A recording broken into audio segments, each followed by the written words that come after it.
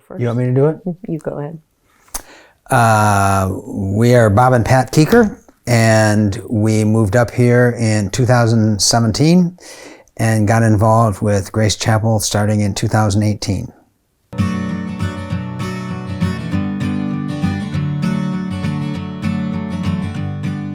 We met in Germany on a military base there. We weren't in the military, but we went to church there.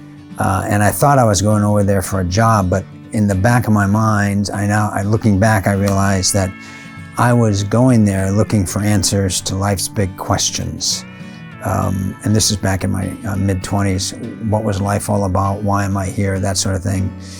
When I discovered the God of the Bible and that He was real and that you could actually have a relationship with Him, that was like finding the pot of gold at the end of the rainbow.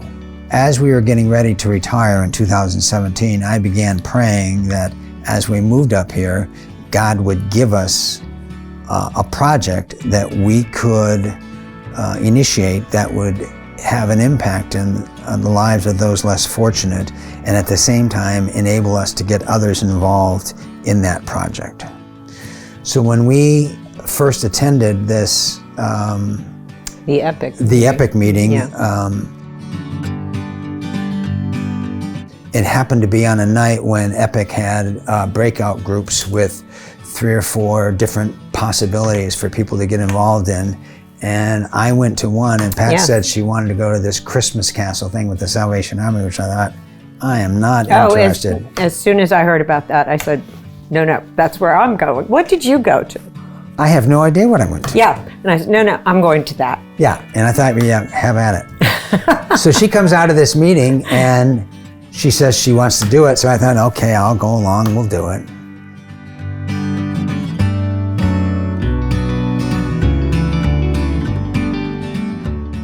And I was helping a woman go around and find coats for her teenagers. And when we got to the teenage boy coats, she turned to me and she said, I can't ask my son to wear this.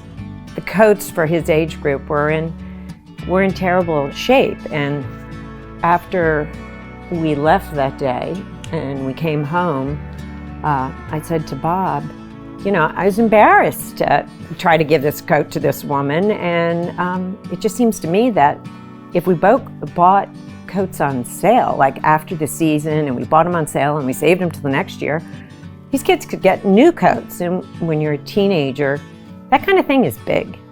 So we contacted some family and friends and wound up sending in 50 new coats that first year. So then the next year came around and we thought, okay, what are we going to do? Well, let's see, we set a goal of 25 and God gave us 50. So let's make our second year goal 100 coats.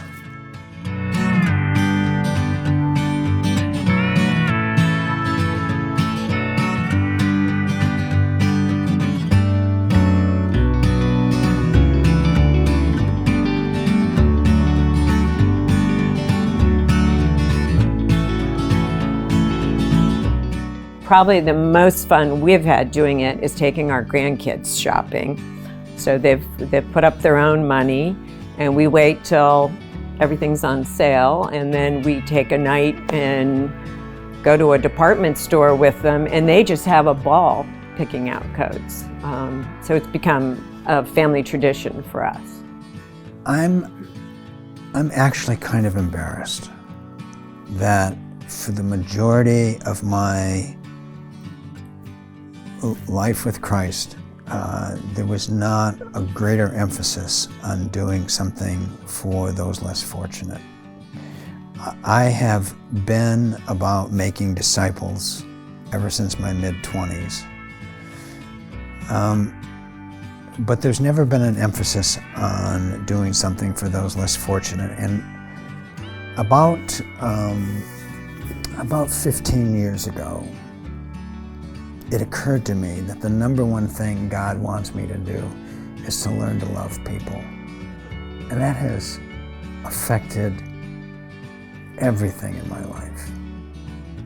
A friend of mine tells this story that he was out in Colorado and he was picking up the president of a very large ministry, and they were driving to this conference, and the president of this ministry says, well, what have you been studying lately? And my friend tells him what he's studying, and then my friend says, well, what have you been studying? He said, I just completed a study of several thousand verses on the poor. Then he looked at my friend and he said, how did we miss it? So here's a guy,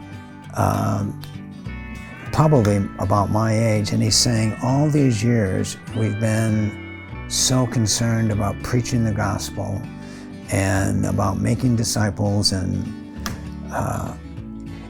there hasn't been a greater emphasis on loving people. And so you ask, what has it done? Well, it's changed our lives. It has changed our lives, and it's what we do over the winter months. It's what we do. Don't ask me what our goal is for this coming year. Don't. But it's pretty high. And the need is great. So reach out to your family and friends. In whatever you are doing, reach out to your family and friends and tell them what you are doing for Christ. All right, now I'm preaching, I'm sorry. Yeah. I'm sorry. Not too sorry, but I'm sorry. That was good.